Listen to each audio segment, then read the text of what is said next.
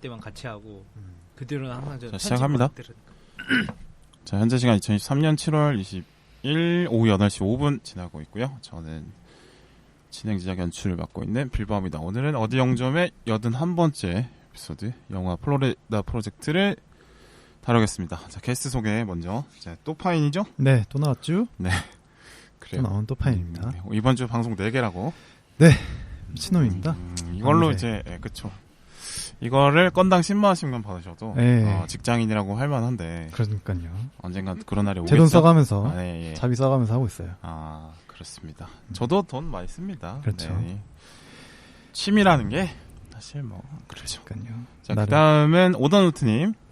안녕하세요, 오담노트입니다. 어디용점 처음 참여하게 되었습니다. 잘 부탁드립니다. 오, 네. 오, 나름 그건- 경력자다운 좀 안정감이 있는데요. 그러니까. 그리고 이제 쫄라 계시는 나사님 소개해주세요. 네, 안녕하세요. 여기서 존자를 맡고 있는 나산입니다. 존잘요? 준비해 오셨네, 멘트를. 네, 준비했죠. 존잘 어떤 뜻입니까? 이렇게 정상인처럼 얘기해요? 어머, 제가요? 전 언제나 우아한 캐릭터를 맡고 있었습니다. 일코를 하시네, 여기서. 혼자만 벽을 치고 있는 것 같아요. 아, 약간. 그러니까. 네. 아니요, 그렇지 않습니다. 네. 벽을 좀 깰 수 있도록. 지금 오늘. 눈치 빠르신 분들은 들어봐도, 아, 저 사람이 기믹을 쓰고 있구나라는 네. 느낄 수 있는 거. 돌아있다. 예, 예. 얼어있다. 아, 네. 네, 지금 굉장히 떨리고 지금 아, 얼어있고 그래요, 네, 지금. 뭐, 괜찮고요 해보도록 하죠, 뭐. 자, 오늘 좀 먼 길 오셨는데, 인천에서 두 분 오셨고, 네. 파이님은 사실 뭐, 네. 알아서 잘 왔겠죠, 뭐. 네. 궁금하지 않고. 한두 번이 아니에요. 네. 두 분은 어떻게 오시는데 불편함 없으셨는지? 네, 먼저 전 자차로 퇴근하자마자 네. 빨리 아, 늦지 않기 위해 인천에서 고향 오는 길은 뭐 안 막히나요? 당연히 막혔죠. 아, 어디쯤에서 막혀요? 제가 내비를 찍고 오기 때문에 네네. 어디가 막힌다라고 말을 못 드리겠어요. 아, 그냥 내 눈앞이 막히면 그치, 막히는 그치, 거고, 그치. 어디서 응. 막히는지는 모른다. 맞죠. 그렇군요. 이게 이제, 난 넣고 기억자도 모른다. 요런, 요럴 때 쓸 수 있는 것 같고. 오담님은 어땠어요, 오는 길? 아, 저는 저는 항상 전철을 이용하기 때문에. 네네. 뭐 오늘도 어. 최대한 어떻게 갈지 루트를 찾아보는데 네. 처음에 찾아보니까 2시간이 걸리더라고요. 와우. 근데 어떻게든 이제 끊어서 이게 구역을 하다 보니까 네. 1시간 20분. 오. 엄청 세이브했네. 머리 땡겼네. 네. 말렸다. 괜찮네요. 그래도 힘들긴 힘들다. 야, 이 인천에서 여기 오는 길이 만만치 않구나. 그렇죠. 생각보다 길이 이렇게 많지 않아요. 네. 그러니까요. 근데 조금씩 뚫리고 있는 추세? 예. 아무래도 경기도 음. 서부권이 개발이 많이 되고 있어서 아마 조금씩 뚫리는 추세 같습니다. 그렇군요. 그러면은 이제 처음 참여하신 두 분에게 제 방송 그간 어떻게 들으셨는지 너무 솔직한 평가는 집에 가서 하시고요. 솔직하게 그냥 네. 해주세요. 칭찬만 하라는 얘기를 이제 말씀드렸죠. 네, 가이드라인 드렸어요. 알겠습니다. 저는 대부분 운전하면서 이 네네. 방송을 듣는데요. 네. 빌바오님 스튜디오 하기 전에는 아, 그냥 네. 그냥 그랬구나. 네, 근데 이제 스튜디오 하고 나서부터 차에서 들으니까 딕션이 좋아진다는 느낌? 네네네. 그래서 1.2배를 해도 네. 전혀 불편함이 없었다. 아하. 어. 그러니까 딕션 버프를 받는 것 같아요. 저는 그냥 마이크만 바꿨는데 발음 좋아졌다 이런 얘기 많이 하시더라고요. 아니, 음량 자체가 되게 좋아졌어요. 아, 사실. 음량이. 아저씨는 조용히 계시고요. 음질이. 자, 오담님은요? 아, 저는 평소에 운동하면서 좀 많이 듣는 편인데요. 네. 그래서 운동하면서 좀 듣는데 아. 제가 1화 때부터 계속 들었는데 사투리가 좀 많이 그립다. 사투리로 하던 시절 있었죠. 이것저것 네. 해보던 네. 시절. 아, 사투리가 초반에 있어요, 그립다. 초반에. 네. 네. 4층에 빌바 어때? 네, 그때죠. 네. 예. 아저씨는 조용히 계시라고 제가. 별로 안 궁금하다니까요, 저는. 아니, 내가 옆에서 저거 해줄게. 벌려. 아니, 보조 해줄게. 보조가 지금 태클 걸고 있는데, 지금. 궁금하니까 물어보는 거 아니야. 지금 뭐, 사투리 또. 정치자들이. 아, 예, 그렇군요. 뭐, 초반부 에피소드도 뭐, 나름 열심히 만들었는데, 풋풋하기 때문에, 너무 풋풋하면 또, 그렇죠. 다듬어, 예. 뭐, 나쁘지 않아요? 들어보시는 게 좋을 것 같고. 네, 뭐, 끝입니까? 네. 아, 그렇습니다. 이렇게 뭐, 어느 정도 오프닝 토크를 해봤는데, 네, 뭐, 밥을 사드려도 밥 맛있게 먹었다 이런 얘기도 안 하네요. 다 의미가 없죠, 맛있었어요. 이러니까. 진짜. 네. 감동이었어요. 됐고요. 네네. 우리, 근데 나도 선생님은 또, 좋은 술 주셨기 때문에. 그쵸. 감사합니다. 다른 분들은 빈손으로 오셨다고 그러니까요. 하더라고요. 오담님은 나중에 청소하라도 하고 가요, 가기 전에. 네, 알겠습니다. 자, 오늘은 플로리다 프로젝트 영화 다룰 텐데요. 일단 영화 소개 먼저 하겠습니다. 죄송합니다. 이렇게 해가지고는 이런 식으로 해야지 되겠냐? 아. 그래서 영화 이거 2017년 작품인가요? 2010? 이 영화가 네 2017년에 맞습니다.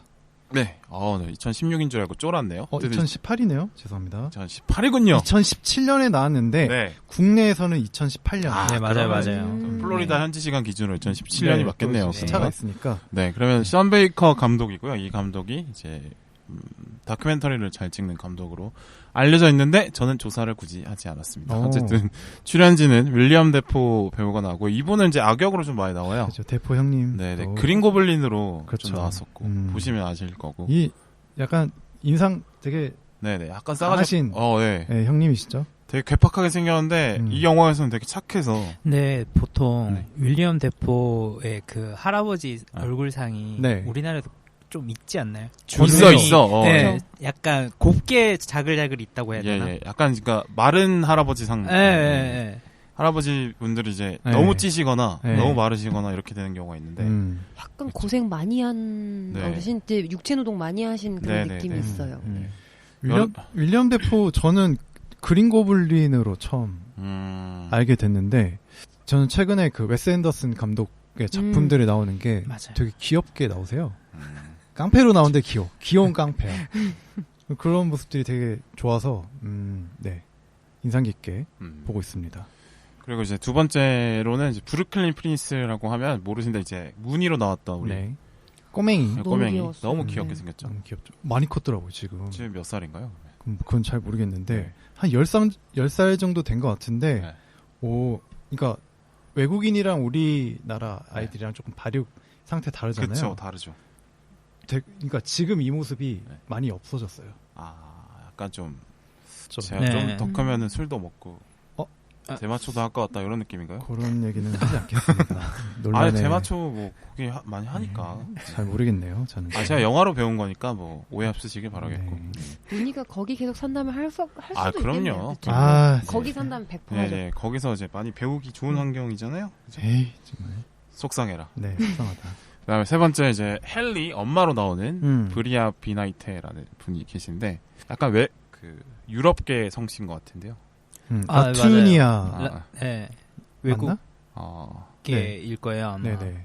그렇죠. 저번에 알아봤는데. 리투아니아. 네, 맞아요. 리투아니아. 네, 국가 근데 출신이라고.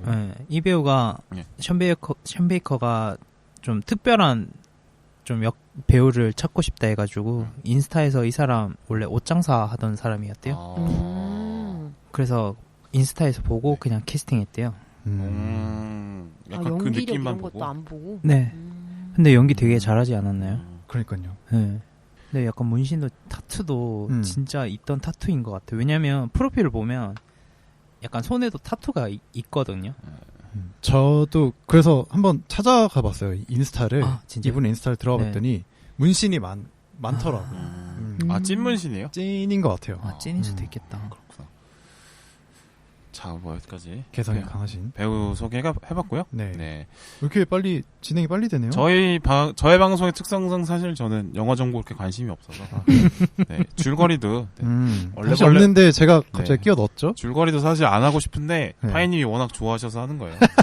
아니야, 좋아하는 게 아니라 방송쟁이 청취자들을 위한 아니, 줄거리 소개 30분 하는 분은 아마 2023년 올해 대한민국에서 유일했을 겁니다. 그만큼 좋아하는 거니까. 화술이 좋다라고 해주세요. 네, 화술이 좋다거든요. 재밌었잖아요, 그때. 솔직히 중간에 MSG 잘 끼워놓고. 줄거리 때문에 집에 가고 싶었어요. 어휴, 진짜. 꼰대요, 이거. 기국 꼰대. 네, 그럼 뭐 줄거리 갑니까, 지금? 네, 하셔야죠. 근데 이게 사실. 잠깐 화장실 갔다 오실 분 갔다 오시고. 네, 길어지니까. 갔다 오세요, 다. 볼일 보고. 네. 줄거리가 사실 이게 좀 뭔가 이렇게 사건을 이어서 간다라기보다는 그냥 그러니까 아이의 어떤 일상을 쭉 깔아서 보여주다가 마지막에 이제 특정 사건이 일어나고 이렇게 매짐이 되는 그런 내용으로 보시면 되는데, 그러니까 이 아이의 배경이 굉장히 중요합니다. 이 아이는 약간 이렇게 보랏빛이 감도는 그런 모텔에 살고 있어요. 엄마랑 이렇게 둘이 모녀간에 이렇게 살고 있는데, 매직캐슬이라는 그런 모텔에 살고 있죠. 보통 집이 거주지가 있는 집이 아니라 이동 그 모텔에서 합숙하는 걸로 이제 돼 있는 거죠. 그러니까 빈민들이 그쵸. 많이 사는 네. 곳이에요. 그러니까 주세를 내죠. 월세도 아니고. 그쵸. 네. 그러니까 우리나라에서는 달방이라고 하나? 그쵸, 맞아요. 네. 네. 그렇게 사는. 그러니까 낙후한 거죠, 환경 자체가. 그쵸. 네, 뭐 제목을 보시면 아시겠지만 이 플로리다 주에 사는 사람의 이야기인데 플로리다의 특성을 보면 여기에 뭐라 그러죠? 어드벤처 뭐라 그러지? 놀이공원 같은 것들이 많이 몰려 있어요. 네, 네. 테마파크. 네, 테마파크 같은 것들이. 그래서 뭐 디즈니랜드도 있고 뭐 올란도에 가면은 뭐 그런 우리가 흔히들 알고 있는 뭐 유니버셜 픽처스 뭐 이런 것도 그쵸. 있고 되게 많아요. 근데 이제 관광지 옆에 위치한 모텔에 사는 모녀의 이야기입니다. 그래서 이게 시선 자체가 문의의 시점으로 전개가 되다 보니까 그냥 모든 것들이 그냥 다 놀이처럼 보이는데 이제 어른들의 세상에서는 되게 갈등이 일어나고 이런 점들이 일어나는데 이제 아이들에게는 그냥 그저 놀이로만 치부되는 그런 일상들을 담고 있습니다. 근데 헤일리라는 이 엄마가 이 직업이 없어요. 뚜렷한 직업이 없어서 돈벌이 수단이 없으니까 그냥 이제 돌아다니면서 향수를 팔고 그냥 그 정도의 일만 해서 소일거리를 하는 정도의 수준인데 그러니까 얘가 이제 투숙하고 있는 방에 돈을 낼 수가 없는 지경이 되다 보니까 급기야 이제 매춘을 하게 되죠. 매춘을 하면서 이제 주변에 있는 투숙객들이라든지 이 모텔의 매니저들까지 이 헤일리에게 등을 돌리게 됩니다. 그러면서 이제 왕따를 당하게 되고 결국에 이 모텔의 매니저인 바비가 제가 추측하기로는 이 바비 아니면은 이 친구였던 애슐리가 아마 신고를 한 것 같아요. 아마 애슐리가 신고했을 거예요. 그건 아마 이제 사람마다 생각이 네. 다를 것 같긴 한데 그래서 이제 아동보호국에서 이 문의를 따로 보호 조치를 하게 되면서 문의가 이제 다른 가정에 보내줘야 될 상황이 오면서 이제 마지막에 문의의 어떤 판타지가 나오면서 이제 영화가 끝이 나게 됩니다. 좀 짧게 끝내봤어요. 오, 벌써 이렇게 놀라운데 이거는 박수 칠만 합니다. 이렇게 짧은 아니 왜냐면 없어서. 이야기가 네. 이게 딱 사건의 연결들이 잘 네. 아니라서 네네. 그냥 이렇게 보시는 게 더 나을 것 같아요. 그렇죠. 네. 줄거리 그쵸, 영화 보면 되니까. 네네. 예. 줄거리 소개 감사하고요. 생각보다 빨리 끝내가지고 난 좀 놀 생각이었는데 그런가요? 좀 당황스러운데. 저도 어쨌든 잠깐 나갔다 오려고 그랬는데 그러니까요. 끝났네요. 아까 저기 음. 네 바람 쐬러 가시려고 폼 그러니까 이게 잡았었는데. 배경이 중요합니다. 네. 1점! 일등! 흡파 뒤집어진다! 자 줄거리 소개 잘 들어봤고요. 자 오담님 영화 어떻게 보셨는지 얘기해볼까요? 일단 이 영화 제목의 플로리다 프로젝트가 네. 사실 디즈니 월드를 이제 시작할 때 디즈니가 계획을 세운 명이 플로리다 프로젝트예요. 근데 이렇게 되면서 사실은 이렇게 세운 디즈니 월드 주변에 이제 다른 플로리다 주에 살고 있는 사람들은 이제 가난한 빈부격차가 심하다고 하죠. 네, 빈부격차가 심하게 되니까 그 빈민층을 이제 복지를 하게 되는 이름도 플로리다 프로젝트라고 지어요. 네, 그래서 제목을 션 베이커 감독이 플로리다 프로젝트라고 지은 것 같아요. 왜냐면 이 션 베이커 감독이 이제 이 유흥지 디즈니 월드를 가다가 우연찮게 모텔에 숙박하게 되었는데 그 숙박에 이제 헨리나 무니 같은 사람들을 만나고 나서 이제 영감을 얻었다고 하거든요.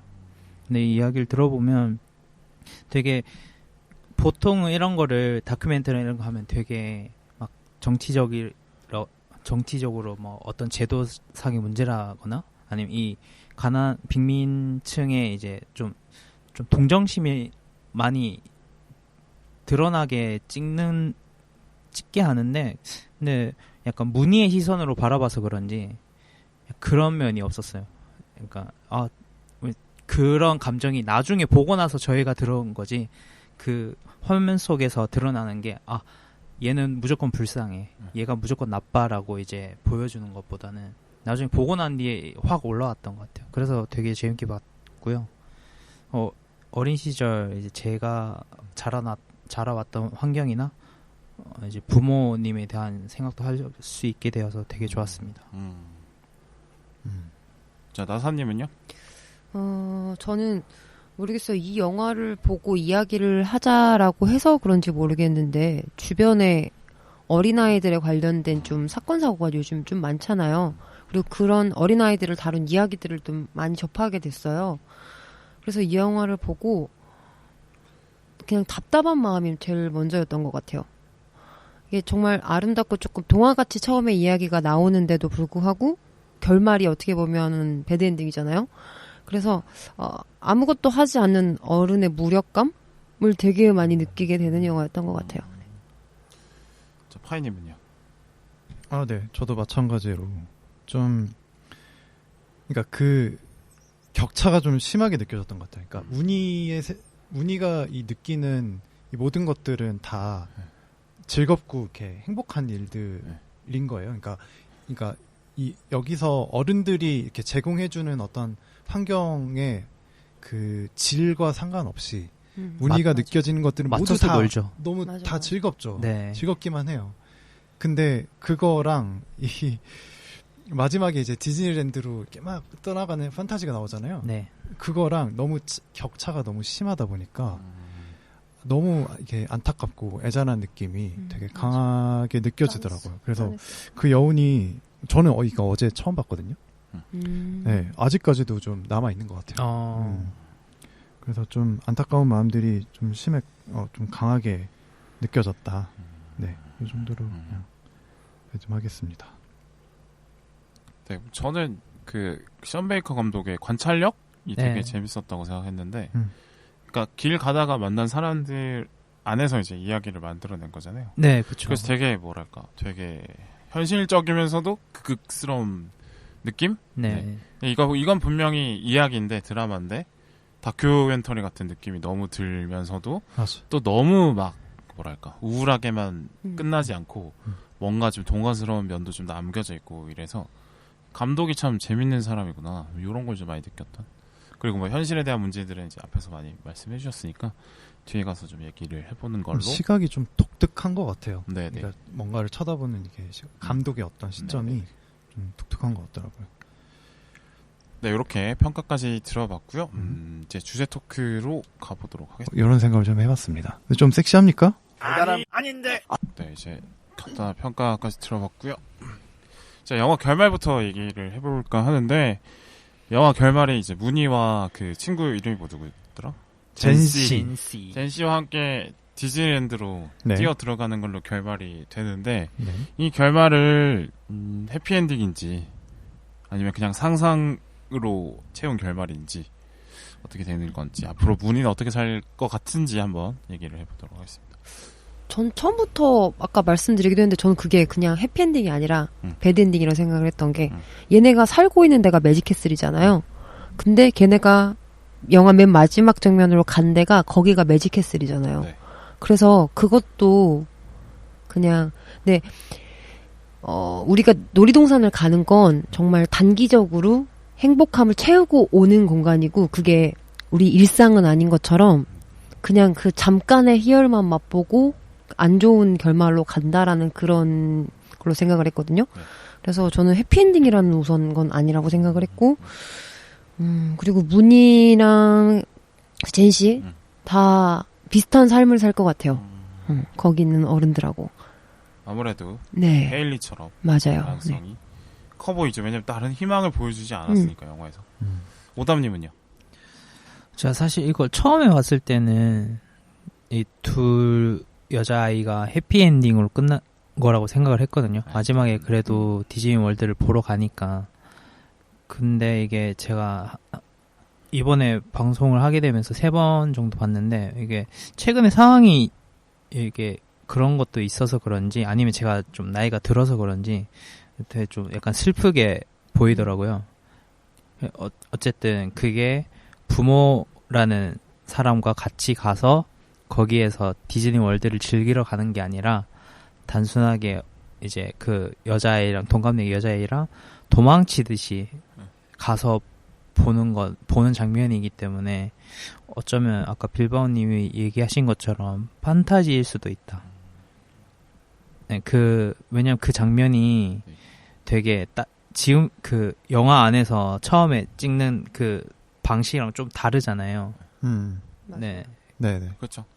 그게 딱 그러니까 핸드폰으로 찍은 거. 네, 그 아이폰으로 찍었다고 하더라고요. 네, 맞아요. 네. 그러니까 이 각이 나오는 게 굴곡이 나오는 게. 그래서 조금 달라 보였구나. 네. 네네. 그래서 보면서 이거는 약간 그 무늬의 상상? 왜냐면 이제 도와달라고 하잖아요. 나 이제 갈 곳이 없어. 네. 라고 하는데 이제 그거를 이제 제인 씨가 어떻게든 해준다는. 왜냐면은 항상 이 영화 안에서 문희는 어떤 아이를 만나든 자기가 먼저 얘기를 해요. 나랑 있으면 안전하니까 괜찮아요. 친구랑 같이 놀 거니까 안전하니까 그런 말을 했었는데 그런 말 이제 못하는 입장이 돼버린 거잖아요. 그런 걸 생각을 해봤을 때 아마 판타지가 아니었을까.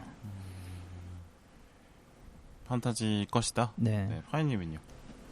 네, 저도 마지막 부분은 당연히 판타지라고 생각을 합니다. 근데 문희가 어떤 삶을 살게 될지는 글쎄요. 저는 행복했으면 좋겠어요. 좋은 가정으로 위탁 가정으로 가졌다가 좀 좋은 부모들 다시 양부모들에게 입양이 되어서 행복한 삶을 살았으면 좋겠다. 이런 희망을 갖고 있습니다. 바램을 갖고 있죠. 그러니까 사실은 다들 이제 배드엔딩이라고 생각을 하시는데 네. 그렇기 때문에 그냥 애가 잘 됐으면 좋겠다라는 네. 소망이 생기시는 거예요. 그렇죠. 마음만. 사실 저도 그렇게 봐요. 사실 그냥 그러니까 보면 성인 남자 분이 같이 오잖아요. 마지막에 데려가려고 네. 문희를. 아동보호국에서. 네. 그분이 뛰어가면 못 잡았을까요? 전혀. 그러니까 문희가 뭐 달리기를 한다고 한들 아직 어리기 때문에 성인 남성을 뛰어넘을 정도의 달리기는 아니라고 보는데 근데 너무 다들 안 쫓아가는 느낌으로 냅두는 게 아예 없다 치고 네. 달리는 느낌으로 나오죠. 그런 것들 있고 해서 그리고 또 디즈니랜드에서 입장을 안 잡히고 들어갔다는 것도 그렇죠. 말이 안 돼. 네네 그렇죠. 그래서 아마 이제 상상인 것 같고 저도 근데 이게 뭐 아동보호국에서 데려가서 뭐 어떤 공공시설에서 자라든 보육원 같은 데서 자라든 아니면 입양이 돼서 자라든 좋은 삶이라고 생각하는 어떤 정상적인 삶이라고 생각하는 그것에 닿기가 되게 어려워 보인다. 네. 그러니까 사랑해주는 부모님 밑에서 학교 꼬박꼬박 다니고 뭐 대학까지는 안 가더라도 뭐 취업 준비해서 성인 돼서 일자리를 갖고 이런 게 사실 정상적인 삶의 루트인데 근데 문희한테는 되게 멀어 보인다 말이죠. 그래서 아까 이제 말했지만 헨리처럼 살게 될 가능성이 저도 높아 보였어요. 제가 앞으로 문희 어떻게 삶을 살게 될까는 얘기를 안 했군요. 이건 제가 나중에 얘기할게요. 연관돼서. 네네. 그래요. 네. 네. 저는 보면서 젠시 역할 나온 아이 있잖아요. 그 집이 보면 엄마가 아니라 할머니가 키우고 있는데 맞아. 문희가 자라면 저는 젠시가 약간 헨리의 과거? 네. 이런 느낌을 좀 받았어요. 그래서 문희가 나중에 크면 꼭 젠시 같이 될 것 같은 거예요. 그러니까 거기 나온 스쿠티? 네. 그 남자애 같은 애 만나서 아이를 임신을 하고 스쿠티 같은 남자애는 또 무책임하게 도망을 가고 뭐 또 젠시 같은 아이를 낳아서 그런 결말로 갈 것만 같은 그런. 반복되는. 네, 그렇죠. 그 중간에도 보면 헤일리가 본인의 친구 그 스쿠티 엄마 애슐리랑 그 막 둘이 클럽은 아니고 뭐라고 해야 되죠? 막 폭주적들 왔다 갔다 펍 같은 펍 같은 데 가서 뭐 남자랑 이렇게 좀 잘해보려고 하고 그런 거 보이잖아요. 네.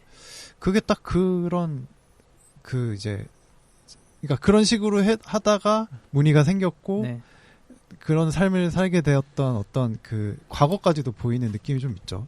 맞아요. 저는 근데 그거는 뭐라고 싶지 않았어요. 헨리도 나이가 어리기 때문에. 그러니까 그걸 뭐라고 20대 초반이라 다른 남자 만나고 싶어하는 건 당연한 거니까. 그렇죠. 그러니까 그거에 대한 비난이 아니라 그러니까 왠지 그렇게 될 것만 같은 거기서 또 다른 또 나쁜 남자를 또 만날까봐 그럴 것 우려가 같다는 된다는 거죠. 네네.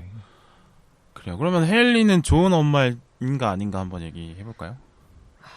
일단은 헤일리가 문희가 이렇게 아동보호국의 보호를 받게 되는 이 상황까지 가는데 헤일리의 책임이 어느 정도 있는지 한번 얘기해봐요. 이거는 100% 아마 100%? 저만 다를 것 같은데. 너무 냉정하신데? 저는 다를 것 그렇게까지는 안 같거든요. 봐요. 네. 네. 그런가요? 네. 제가 먼저 얘기할게요. 아, 네. 저는 이게 좋은 부모라는 게 다 1에서 100까지라고 있다고 치면 단계로 치면 네. 그 과정이 가는 단계라고 생각하거든요. 좋은 부모가 되어간다고 생각하거든요. 네. 처음부터 그 부모라는 사람이 처음부터 완벽한 부모는 없기 때문에 그렇게 아버지가 된다 뭐 이런 거. 아, 그렇죠. 네.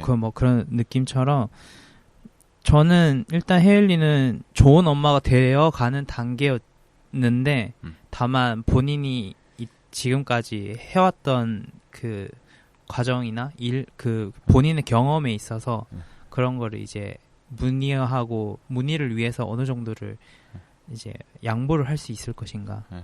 예, 자기가 해왔던 습관들이 아이한테는 그게 나쁜 걸로 보일 수도 있잖아요. 나쁜 영향을 끼칠 수도 있잖아요. 그런 걸 어느 정도 끊어내고 문희한테 뭐 좋은 방향으로 나갈 수 있는 거를 본인이 어떻게 찾아낼 수 있느냐에 따라서 달라지는 것 같은데 저는 나쁘다고 보진 않아요.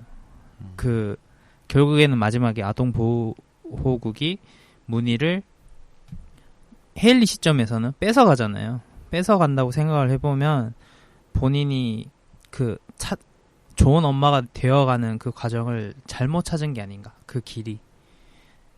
그러면 그게 좋은 엄마가 되는 과정에서 박탈당했다라고 생각을 하시는 거예요?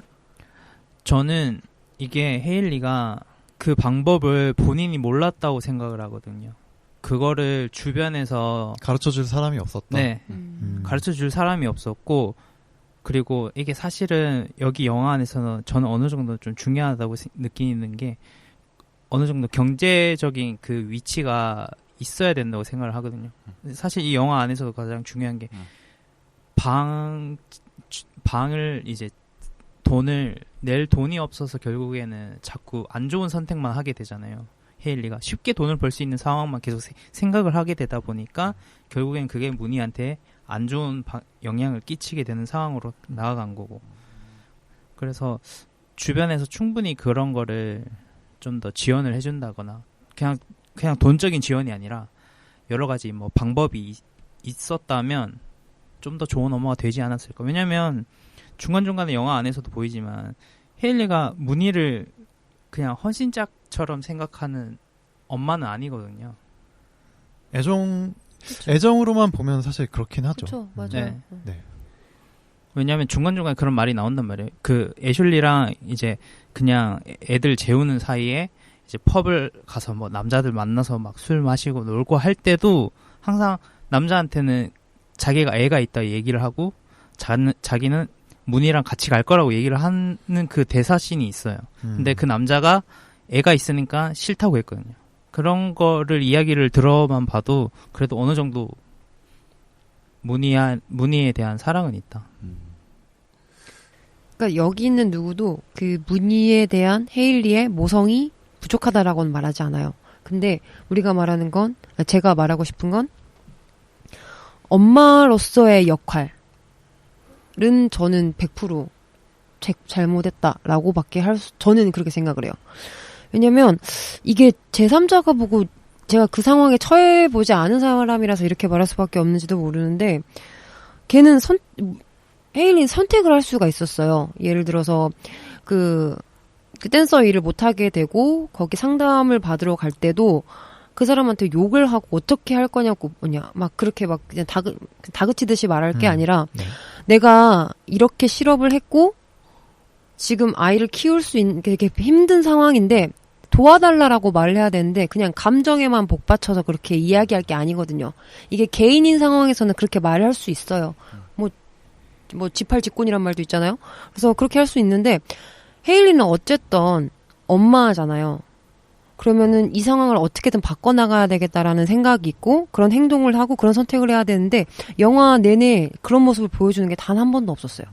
그냥 항상 그때 죄송합니다. 그때 감정에 취해서 뭐 쉽게 번 돈이긴 하지만 그걸 또 마트 가서 문이랑 쉽게 써버리는 그런 모습을 보면서 쟤는 미래에 대해서는 전혀 생각하지 않는 아이구나.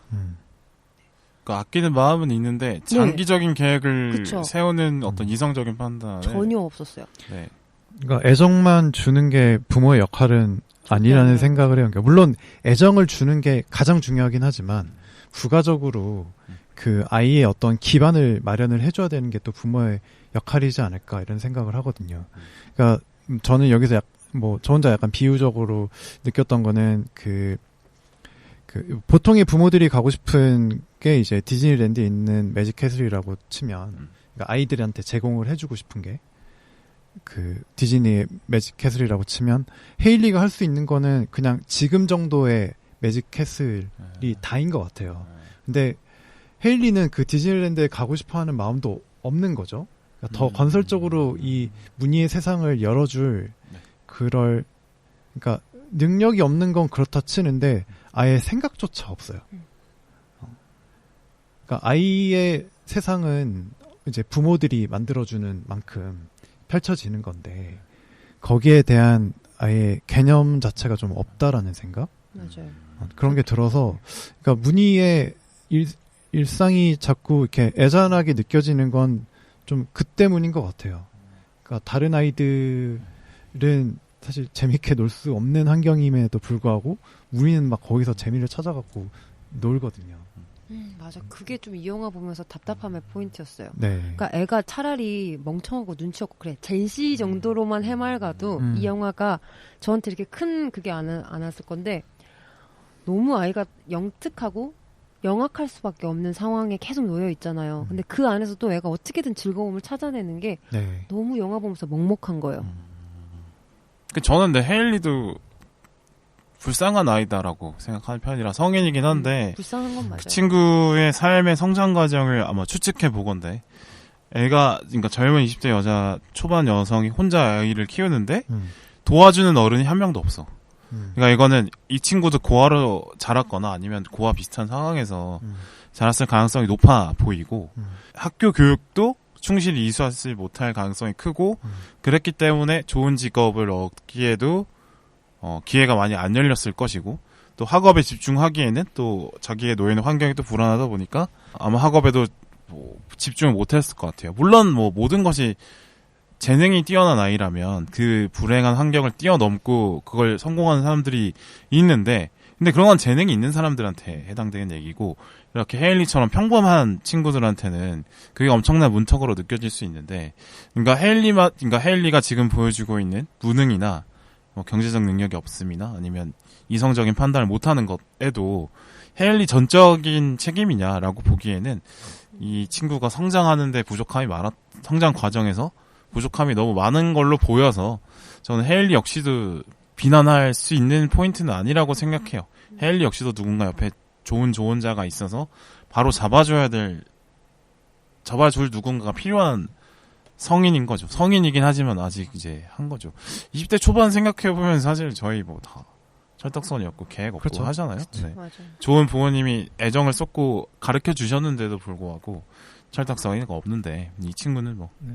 그래서 저는 아까 다시 제가 하고 싶었던 말이 정말 좋은 엄마는 아니지만 나쁜 엄마는 아니다라고 하는 게 일단 문희를 버리지를 않았어요.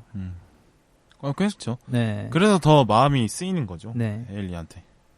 그러니까 이 영화 안에서도 애슐리랑 헤일리가 그 문희가 처음에 그 빈 집을 불 지른 시점에서 그 애슐리가 대화를 하잖아요. 그 아이한테 자기 아들한테 너 왜 이런 짓 하냐고. 이런 짓 하면 아동보호국에서 찾아온다고. 그러니까 이들한테는 아동보호국이 찾아오는 것 자체가 무서운 거죠. 왜냐면 자기들은 자기 아이에 대한 사랑은 있고 어떻게 키워나가야 되는 방법을 이제 알아가는 과정이라고 생각해요. 그래서 버리지 않은 것만으로 해도 충분히. 저는 그래서 애슐리랑 헤일리가 차이점이라고 생각을 하는 게 애슐리는 어떻게든 맞아요. 아이를 지키기 위해서 엄마가 노력을 하고 그리고 지키기 위한 선택을 해요. 그리고 그 결과가 스쿠티를 지키는 결과로 나타난 거고. 근데 헨리는 어떻게 보면 거의 비슷한 상황인데 모르겠어요. 할 수 있음에도 굳이 그 방법을 선택하지 않았다. 라고 저는 계속 영화 내내 그렇게 생각이 됐어요. 이게 처음 봤을 때만 그렇게 생각을 했는 줄 알았는데 두 번째 봤을 때도 보면선 더 화가 나더라고요. 헤일리한테. 맞아요. 그러니까 그 아까 빌바오님이 얘기하신 부분이 이 영화에서 좀 전곡을 찌르는 부분이지 않을까 싶어요. 그러니까 이 빈민자들이잖아요. 여기 사는 사람들이. 그러니까 그 아까 말했던 대로 좀 정상적인 교육 환경에서 자라지 못한 이들, 아니면 뭐 어떤 일, 뭐 이게 약간 그 뭐지? 그 2000년 중반 이후에 그 대공황이 있었잖아요. 리만 쇼크가 있었죠. 무기지론 사태가 있었잖아요. 그 이후로 좀 그 노매드족들이 많이 생겼는데 아마 그 이후 시점인 것 같아요. 네, 그 이후로 이제 빈민자들이 된 사람들에 대한 보호가 제대로 이루어지지 않다 보니까 이게 세대를 그 내려와서도 그 문제들이 계속 이제 이게 이어지는 거죠. 그러니까 예, 그런 문제들을 조금 이렇게 좀 전곡을 찌르고 있지 않나 뭐 이런 생각을 좀 해봤습니다. 그러니까 제도적으로 이런 사람들을 구제해 주지 않는 지금 시스템에 대한 좀 그런 날선 비판 같은 게 좀 들어가지 않았나. 그러니까 시점을 좀 거시적으로 옮겨야지 해답이 나오는 거라고 봐요. 그러니까 헨리에 대한 안타까운 마음을 갖고 있고 이제 헤일리 같은 사람이 더 나오지 않도록, 네. 무디 같은 애들이 나오지 않도록 좀 맞아요. 그런 쪽으로 이제 시선을 옮겨줘야지 해결책이 나오겠죠. 그러니까 저는 그럼에도 불구하고 헤일리가 좋은 부모냐라고 물어봤을 때는 그렇지 않다라고 답할 수밖에 없을 것 같아요. 오히려 애슐리는 좋은 부모가 맞아요. 저는. 네, 저도 애슐리는 좋은 부모가 맞고 애슐리는 어떻게든 스쿠티를 안 보내려고 하는. 그래서 스쿠티는 안 보내는 게 맞기도 해요. 애슐리 같은 엄마가 있다면. 근데 헤일리가 엄마라면 저는 오히려 아동보호구에 애가 가서 더 안전하고 보호받을 수 있는 집에서 크는 게 낫다라는 선택을. 저도 그게 맞다고 네, 생각합니다. 저는 과연 문희가 그런 도전을 본인이 하는 게 아니라 타인의, 그것도 가족이 아닌 타인이 그런 거를 도전을 하게끔 만들어주는 게 과연 그게 좋은 시스템일까라고 생각은 해요. 도전이 왜냐하면 뭐예요? 문희가 이제 다른 다른 가정으로, 부모를 다른 가정에 들어가게 되는. 왜냐하면 그 가정을 간다고 해서 제가 솔직히 말씀드리면 그 가정이 좋은 집안에서 자랄 거다라는 확신은 못 하겠어요. 낮은 확률로 운이 따라오면 이렇게 그쵸. 되는 것도 있죠. 근데 저는 여기 매직캐슬에 있다고 상황이 좋아질 거라고는 또 판단이 안 네. 서는 거죠. 왜냐하면 아이가 있는 집에서 매춘 행위를 하고 있고, 네, 맞아요. 그 전에는 보면 그 콘도에 애들이 불을 질렀는데 그 불 나는데 앞에서 사진 찍으라고 이렇게 하고 있어요. 그러니까 그게 아이한테 어떻게 보면 그 사고의 방향성을 길러주는, 그러니까 하나하나가 사고의 방향성을 길러주는 행동일 텐데 그렇게 행동하는 것들에서 얘는 부모로서의 역할을 맞아요. 좀 저버렸구나. 처음에 그 젠씨 만날 때도 그랬잖아요. 그 젠씨 할머니 차에다가 침을 뱉는데 네. 이게 누가 봐도 혼날 상황이고 우리가 좋아하는 그 바비 아저씨, 바비 아저씨가 그걸 알고 애들을 데리고 갔어요. 심지어 엄마한테도 뭐라고 했어. 근데 엄마부터가 왜 그런 것 가지고 일을 막 만드냐 이렇게 하는 태도를 보면서 네, 저도 엄마의 역할에 대해서 다시 한번 생각했던 것 같아요. 헤일리가 참 모자란 사람 맞는데, 맞아요. 그러니까 저는 또 하나 더 생각을 해보자면 이 친구가 성인이긴 한데 자기 말고 다른 성인들을 대하는 태도가 상당히 공격적이란 말이죠. 맞죠. 근데 이건 나는 상당히 방어 기제처럼 보였어요. 저도 그렇게 생각이 그렇게 들었어요. 그러니까 어릴 때 좋은 어른들 못 만난 거야. 그래서 나 말고 다른 어른들, 자기가 아직 어른이라고도 생각 못 하는 것 같고, 그리고 어른들이랑 대화를 통해서 찾으면 방법이 나올 수 있는 문제도 다 거부를 해버린단 말이죠. 그쵸. 공격적인 자세를 싸우죠. 취하면서 거리를 두려고 하는. 그러니까 그런 점도 사실 헤일리가 불쌍하게 자랐다라고 저는 보고 있어서, 물론 뭐 잘한 건 없지만 안타깝다 이러는 그쵸. 거죠. 저는 안타깝긴 하지만 그렇기 좋은 때문에. 부모는 맞아. 아니에요. 네, 그렇죠. 그렇기 이렇게 또 때문에. 네. 합의가 좀 되는 부분이 있는 것 같고. 받아주세요 좀 바오님. 방송 안 할 겁니까? 방송 어쨌든 이제 이게 왜 그러니까 막 그렇게 보니까 오마주지 이거 우라카야 아닙니까? 그러면 이제 좋은 부모의 조건을 뭐라고 생각하세요? 야, 너무 어렵다. 요즘 이거는 또 이슈가 있는 것 같아. 최근에 오늘 나온 뉴스 네. 그 모 초등학교에 네. 그걸 봤을 때는 그래서, 거기는 너무 과잉 보호고, 그걸 보호라고 해야 그러니까 되나요? 너무 애정이 삐뚤된 방향으로 네. 많이 간 거고, 네네. 그쪽은 누구냐? 문희의 경우는 이제 너무 좀 방임된 거고, 너무 좀 방치에 가깝게 된 상황인 것 같아요. 그래서 좋은 부모의 조건은 좀 어떤 게 맞아 보이는지 한번 얘기해 볼까요? 뭐가 있을까요? 어렵다. 이거 왜냐면 우리 넷이 다 그렇죠. 그러네. 아직 아이가 없기 네, 때문에. 아이가 뭔가를 없어서. 키우고 있지 않은 아, 사람들이라. 고양이만 그래도 아, 뭐- 고양이 키우고 있다, 네. 맞아. 응. 그래요. 뭐 고양이. 네, 고양이에게 마음껏 뛰놀 수 있는. 아, 네, 예. 네. 그쵸. 사람은 고양이가 아니니까 그렇죠. 좀 더 깊은 철학이 필요하겠죠. 음, 답이 좀 어렵나요? 근데 저는 뭐 먼저 말씀드리면 네. 과잉 보호가 오히려 독일 수도 있고. 그쵸. 네, 저는 그냥 근데 비슷한 것 같아요. 그냥 진짜로 그냥 안전하게 재밌게 여러 가지 체험할 수 있는 환경을 만들어주는 거 하면 될 것 같고, 뭘 할 것인지 어떻게 할 것인지를 일일이 다 알려주고 하는 거는 좋지 않다고 생각합니다. 그냥 틀렸을 때는 알려주는 거가 네. 맞는데, 네. 너는 반드시 뭘 해야 돼. 그리고 너는 이걸 꼭 해야 돼. 이런 걸 알려주는 거, 그리고 해주는 거 이런 거는 과하다고 봅니다. 아, 저 생각났어요. 음. 자기 자신다움을 잃지 않으면서 네. 사회의 구성원으로 살 수 있게끔 만들어주는 게 좀 부모라고 생각하거든요. 개성과 사회성 동시에 그쵸. 가져가야 되네. 네. 그러니까 오늘 있었던 우리가 알게 된 그 사건의 제가 생각했을 때 문제점은 아이가 본인만 생각하고 전혀 사회화되지 않은 부모와 그 아이가 만들어낸 아주 나쁜 결과물이라고 생각을 해요. 그래서 물론 우리 영화에서 본 문희같이 진짜 자기 개성이 독특한 아이들이 있겠지만 보통 대부분의 아이들은 그 주변 환경에 따라서 그 자기 색깔이 많이 바뀌잖아요. 그렇죠. 근데 그렇더라고 하더라도 부모는 많은 세계를 경험해 줌으로써 이 사람이 너 스스로가 어떤 아이임을 깨닫고 대신 이게 혼자 사는 사회가 아니기 때문에 모두와 어울릴 수 있게끔 어느 정도의 도덕성과 사회성을 가진 어른으로 키워내는 게 좀 부모라고 생각을 해요. 균형 있게. 그쵸. 네. 그래서 그걸 이루어가는 게 굉장히 어려운 부모의 역할인데 그걸 해내야만 하는 게 또 부모라고 생각을 해요. 네. 두 분은요? 저는 뭐 가장 중요한 건 아이의 눈높이에 맞춰서 얘기를 해주는 게 대화를 해나가는 게 가장 중요하지 않나. 왜냐면 여기 영화에서도 보면 어른들은 항상 아이들을 보면 항상 조용해.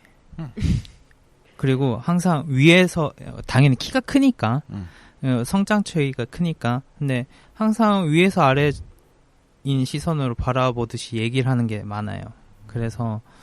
그리고 아이가 어떤 이야기를 하더라도 자세히 들어주려고 하는 게 잘 없죠.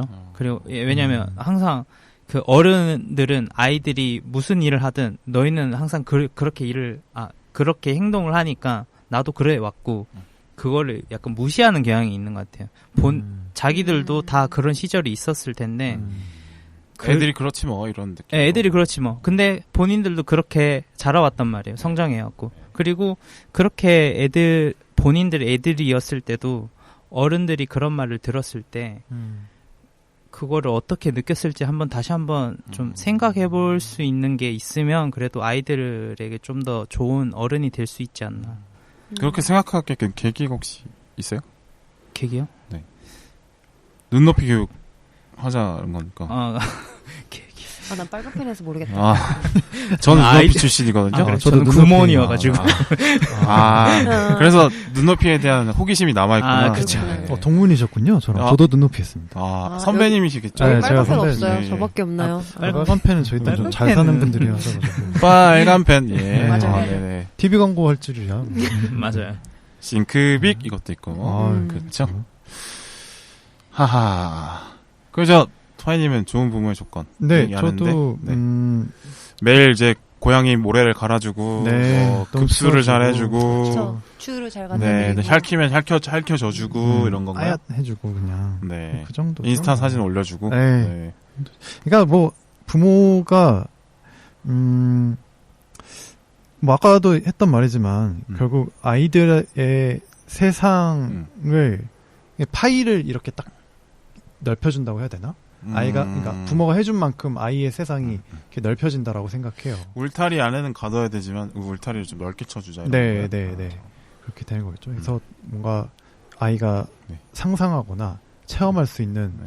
그 영역을 좀 이렇게 좀 기반을 마련해주는 그런 게 필요하지 않나. 그럼 엄격하게 뭐 해야 되거나 이런 건 없나요? 엄격하게도 해야죠, 사실. 그러니까 이 제도권에서 사는 사람이라면 그 이제 뭐 규율이나 이런 것들을 지키면서 살아야 되니 사람들 무리 속에 들어가서 잘 살 수 있게끔 할 수 있는 그 정도의 도덕성을 그래서 길러내는 것. 그 바비 아저씨가 네. 중간 에피소드에 보면 페인트 떨어뜨리는 그 장면 있잖아요. 아, 그게 딱 걸맞는 어른의 역할인 것 같아요. 어. 애들이 노는데 네. 뭔가 제한, 그러니까 네. 내 시야에서 자유롭게 놀지만 네. 그 아이들이 전혀 인지하지 못하게끔 아. 위험 요소를 차단하는 게 맞아요. 어른의 역할이라고 생각을 해요. 자유롭게 해주지만 문제가 생겼을 땐 통제를 맞아요. 받을 그쵸. 위치에 그때 있는 거. 소아성애자 같은 그쵸, 인물이 그쵸. 나오죠. 맞아. 네. 등장하면서 네. 이제 바비가 딱 봐도 이상한 사람이니까 이 주변에 사는 사람이 아니었던 거 아니까 아이들한테 최대한 그런 거를 이제 인식 못하게끔 해서 맞아요. 벗어나게 해서 그 포인트. 아이들은 모르지만 이게 위험한 상황이었는데 그걸 어른들이 컨트롤 해주는 거. 그게 어른의 네. 역할인 것 같아요. 그러니까 그 제가 했던 말이 좀 또 떠올랐던 장면이 뭐였냐면 그러니까 우리가 애정한 이 바비라는 인물조차도 본인의 가정이 불안하게 만들었던 사람인 것 같아요. 네. 그러니까 자기 아들로 나오죠. 네, 네. 비춰지는 사람이 이렇게 늘 주말마다 이렇게 일을 도와주러 왔는데 그게 진짜 돈 벌려고 오는 게 아니라 아버지랑 다시 어머니랑 좀 화해해서 맞아요. 예, 가정을 다시 이렇게 좀 화목하게 했으면 좋겠다라는 마음에서 그렇게 계속 찾아오는 것 같아요. 근데 거기서 나온 결핍이 계속 그 아버지에 대한 분노 그리고 그 어머니한테 좀 다시 연락을 하라고 하는데 그 아버지가 거부를 하자 거기서 좀 화를 많이 내죠. 근데 그게 너무 웃겼어. 네. 1층까지 같이 내려가지고. 이 말이 맞아. 그게 인간성. 하지만 이건 같이 맞아. 내려줘야 돼. 맞아. 인간성. 근데 그 그거 캐- 너무 우리 가족의 그 맞아요. 흔한 우리 엄마 아버지하고 맞아. 하는 네. 이야기 아니에요? 그게 너무 캐스팅 잘 되지 않았어요? 너무 닮았어. 네, 닮았어요. 인상이 네. 너무 닮았어. 그러니까 그분도 연기 되게 잘하시거든요. 아드님으로 나왔던 분도. 그래서 딱 그런 것 같아요. 그러니까 그 아들 자체가 자신의 세상이 망가져 있으니까 이걸 어떻게든 좀 복구를 시키고 싶어 하는 거예요. 근데 이제 그게 잘 안 되니까 아버지에게 그렇게 화를 내는 거죠. 그래서 그렇게 또 생각이 한번. 이제 영화 얘기 해볼까요, 이제? 그럴까요? 자, 2부로 갑니다. 뿅!